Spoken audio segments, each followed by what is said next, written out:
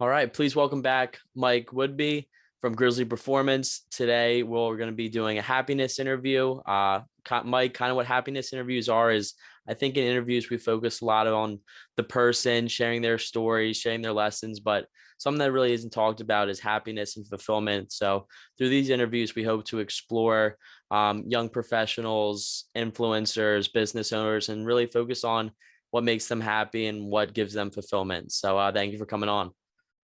Thanks for having me. Awesome. All right, we'll get right to it. So, first question, are you happy and how do you describe happiness? I am. Awesome.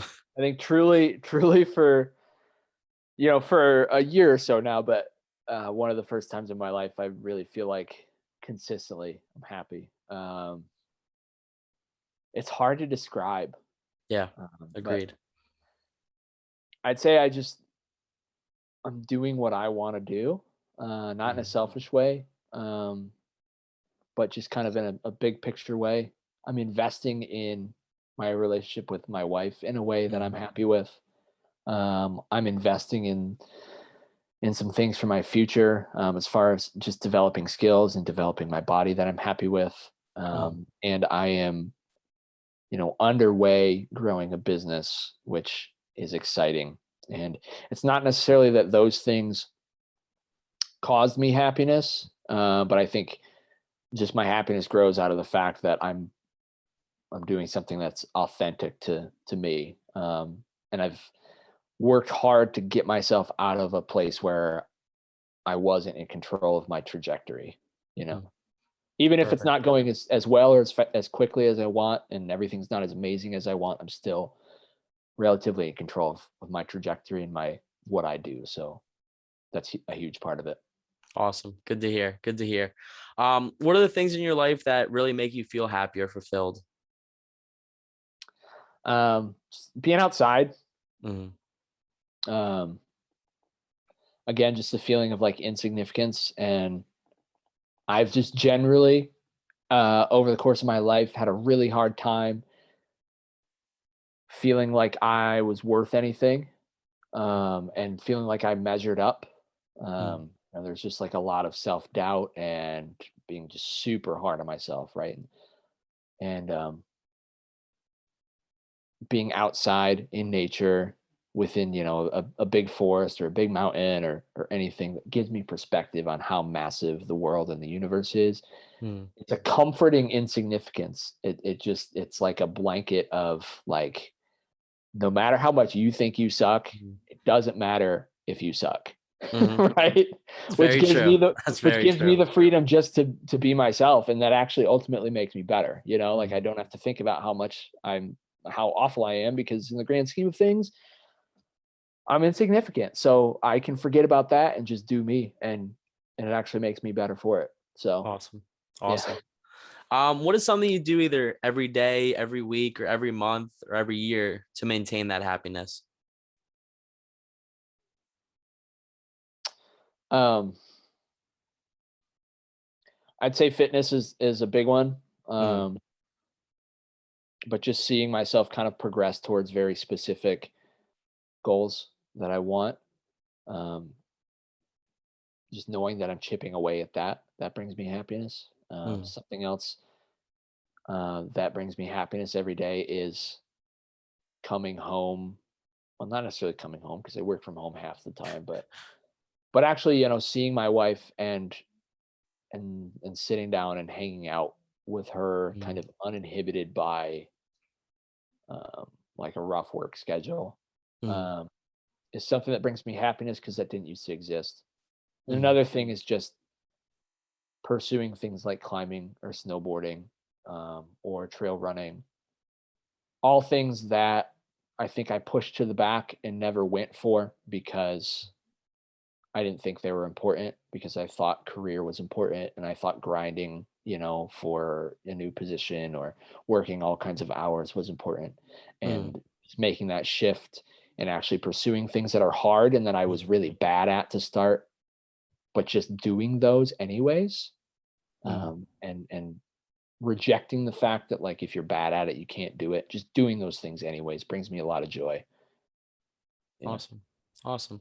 Have you ever struggled with finding your happiness or not feeling that? And how'd you overcome that? Yeah, I mean, I touched on it already. I've struggled with basically self-hate and self-doubt and feeling like I don't measure up. Mm, Um, and that's nobody's fault, but it is a product of sort of the environment that I grew up in. There were no inherently negative inputs, but just as a product of my environment, I grew up questioning whether I was good enough for anything. mm, And I worked through that for a really, really long time. Um, and to be honest with you, I don't think there's a specific moment where I felt that click, or I don't think there's a specific thought that really turned the tables for me. mm, Um, but just as a personal development, I went to therapy and did a lot of, did some work on, identifying those things that made me feel how I felt. And, I embraced nature. I embraced training in a wholesome way. Um, I started to learn how to like let go of anger and step back out of the fray, right? Is sort of what I like to say, like step back from all of the hustle and bustle of life and just figure out how to separate. And that's hard to do. Everybody tells you you should care so much and be super involved in everything. And I found that the more involved I am with mm, just everyday busyness, the more those feelings and thoughts start to pop up and really drive my mental state down. And so mm. I just try to be genuine and caring and to the people that are in my immediate circle and the people that I talk to, and that is the impact that I want to make. And other than that, I try to stay out of it. And I think that's really helped my happiness level, stay high. Awesome. Awesome. Yeah. Last question is for those that are watching that are struggling with finding their happiness, what's one piece of advice do you have for them to help find that in their lives? Ask really hard questions of yourself. Um, I think this can go in a negative direction too. Honestly, it has for me at times, but I think just facing up to the really hard questions of like who I am and what I actually care about and whether I want the life that I've already created and built for myself was important. We have this time invested mentality. It's like, well, I've put so much time into this career or this relationship or this X, Y, and Z.